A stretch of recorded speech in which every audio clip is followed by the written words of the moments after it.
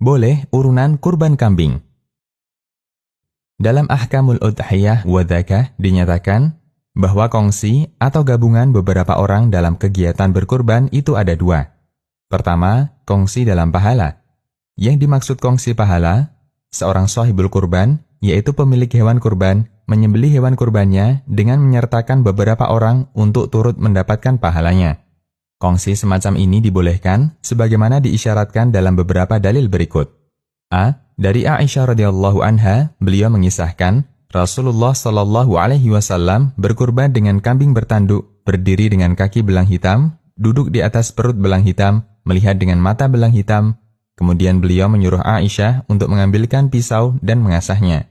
Setelah kambing beliau baringkan, beliau membaca Bismillah, Allahumma taqabbal min Muhammad wa ali Muhammad wa min ummati Muhammad, yang artinya Bismillah, ya Allah, terimalah kurban dari Muhammad dan keluarga Muhammad serta dari umat Muhammad sallallahu alaihi wasallam. Hadis riwayat Muslim. B. Dari Jabir bin Abdullah radhiyallahu anhuma, bahwa beliau mengikuti salat Idul Adha bersama Nabi sallallahu alaihi wasallam di lapangan.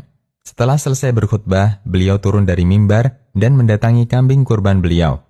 Lalu Rasulullah sallallahu alaihi wasallam menyembelihnya dengan tangannya sambil mengucapkan Bismillah, Wallahu Akbar, hada anni wa amman lam yudahi min ummati, yang artinya Bismillah, Wallahu Akbar, ini kurban dariku dan dari umatku yang tidak berkurban.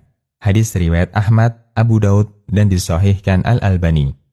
Pada pernyataan di atas, Nabi Shallallahu Alaihi Wasallam menyertakan keluarga beliau dan umat beliau dalam pahala kurban yang beliau sembelih. Padahal saat itu beliau hanya menyembelih kambing, sehingga seluruh umat beliau yang tidak mampu berkurban mendapatkan pahala dari kurban beliau. Ahkam al-Aidain fi Sunnah al-Mutahharah. Kedua, kongsi dalam kepemilikan. Dalam arti beberapa orang urunan untuk membeli seekor hewan kurban. Untuk kongsi jenis ini, hukumnya tidak dibolehkan, kecuali untuk sapi dan onta, dengan jumlah peserta kongsi maksimal 7 orang. Sedangkan kambing hanya boleh menjadi milik 1 orang.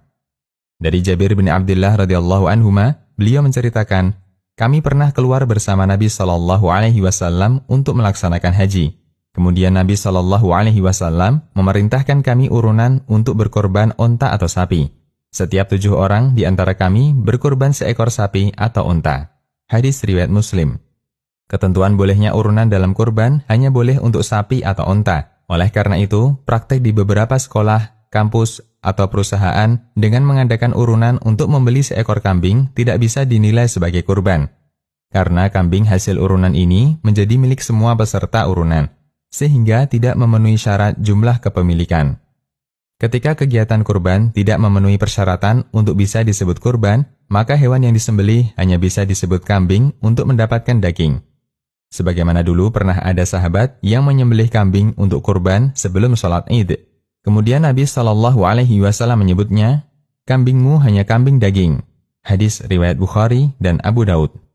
Artinya, penyembelihan kambing ini tidak bernilai sebagai ibadah kurban karena dilakukan sebelum waktunya, sehingga tidak mendapatkan pahala kurban. Solusi, kambing ini bisa menjadi hewan kurban jika dihadiahkan ke seseorang, baik anggota yang ikut urunan atau orang lain.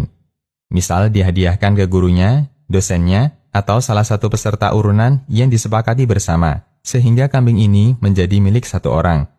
Selanjutnya, dia bisa berkorban dengan kambing itu dan boleh menyertakan orang lain untuk turut mendapatkan pahalanya. Demikian, Allahu a'lam.